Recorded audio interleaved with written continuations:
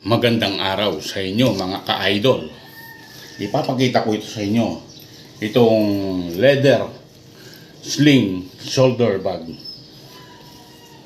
Pure leather mga idol. Tingnan nyo naman kung gaano kagwapo. Yan. May pocket sa dito sa harap.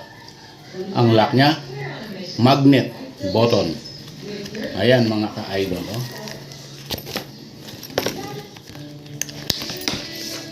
Tapos, may dalawang zipper pa siya mga ka-idol kung gaano kumanda.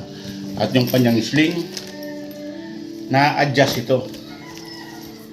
Pwede mong habaan, pwede mong liitin.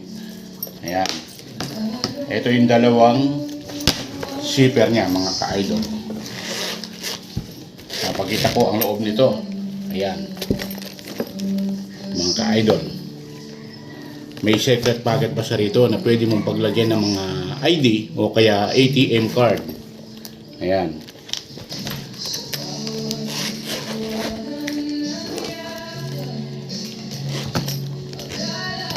At ang isa naman dito, yung sa may likod ng kanyang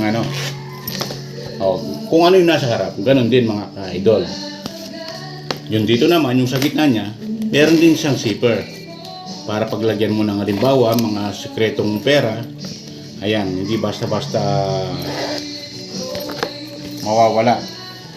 Ang dami yung malalagay dito, mga cellphone, notebooks, pwede. Kaya, tingnan nyo naman kung gaano ka pogi at kaastig nitong holo sling bag, leather. Ayan. Astig siya mga ka-idol. Oh. Kaya ilalagay ko na lang yung yellow basket dito sa baba. I-click nyo na lang kung gusto nyo nito. Iba-ibang kulay nito. Ito, ang kulay nito coffee.